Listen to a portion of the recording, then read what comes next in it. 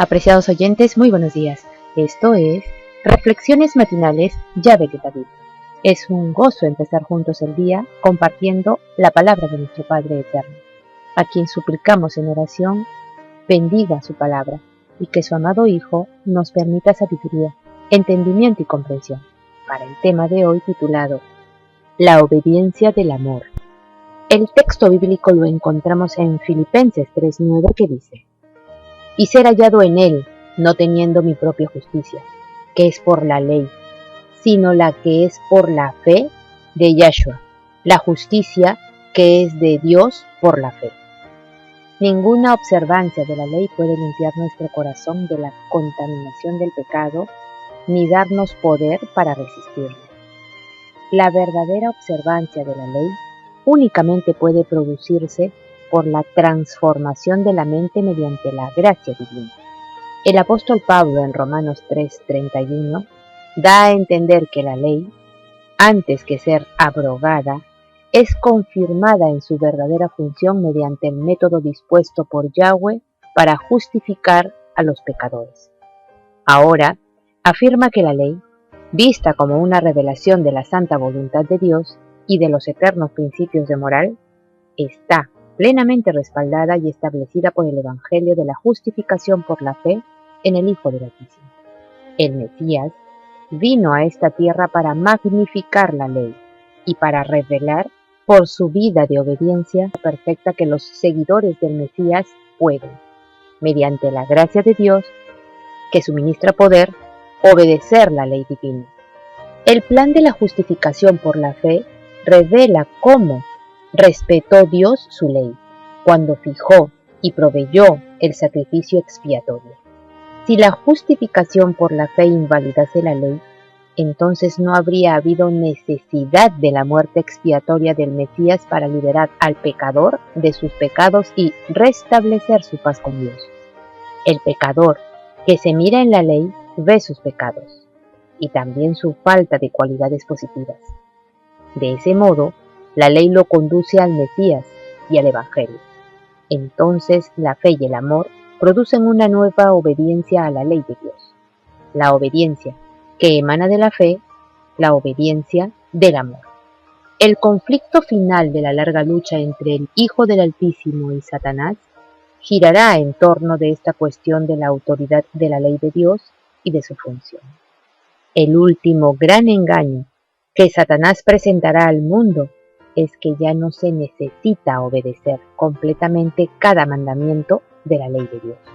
Por lo tanto, todo es cuestión de fe. Una cosa es leer y enseñar la Biblia, y otra cosa es tener mediante la práctica injertados sus principios de vida y de santidad en el alma. Por gracia sois salvos por la fe. La mente debería educarse para que ejerza la fe y no para que abrigue la duda, la suspicacia y los celos. Estamos demasiado inclinados a considerar los obstáculos como imposibles de superarse. El tener fe en las promesas de Dios, el avanzar por fe sin dejarse dominar por las circunstancias, es una lección dura de aprender, y sin embargo es una necesidad impostergable para cada hijo de Dios el aprender esta lección. Debe cultivarse siempre la gracia de Dios mediante el Mesías, la única manera de acercarnos a Dios. La fe mencionada en la palabra de Yahweh exige una vida en la cual la fe en el Mesías sea un principio activo y viviente. Es la voluntad de Dios que la fe en el Hijo se perfeccione por las obras. Él une la salvación y la vida eterna de los que creen con estas obras, y mediante estas provee para que la luz de la verdad vaya a toda nación y pueblo. Este es el fruto de la operación del Hijo del Altísimo. Mostramos nuestra fe en Dios obedeciendo sus mandatos. La fe siempre se expresa en palabras y acciones. Produce resultados prácticos, porque es un elemento vital de la existencia. La vida que está modelada por la fe engendra un propósito de avanzar, de ir adelante siguiendo las pisadas de Yahshua.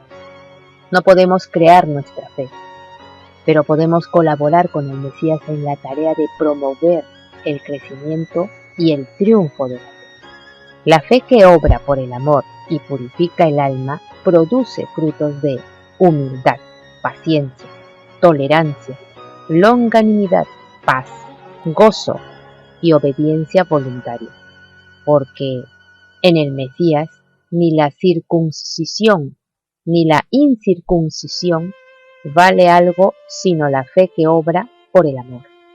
El Hijo del Altísimo ha mostrado su gran amor por nosotros al dar su vida para que no perezcamos en nuestros pecados, para que pueda revestirnos de su salvación.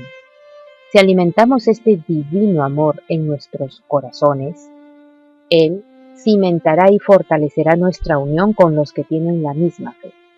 Y el que permanece en amor, permanece en Dios, y Dios en él.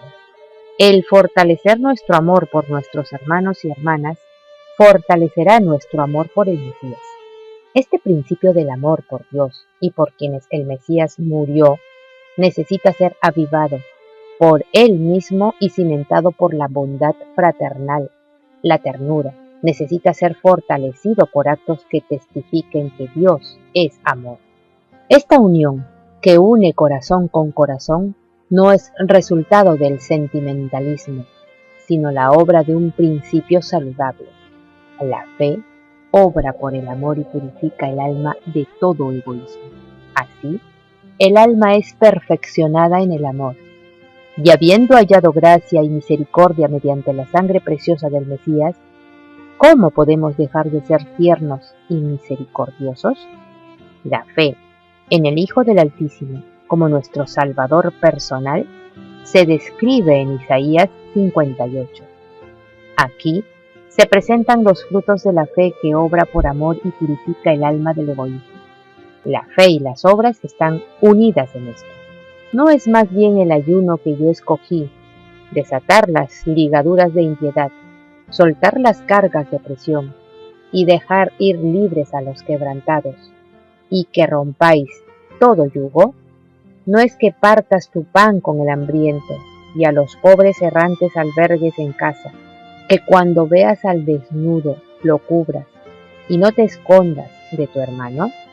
Entonces nacerá tu luz como el alba, y tu salvación se dejará ver pronto, e irá tu justicia delante de ti, y la gloria de Yahweh será tu retaguardia.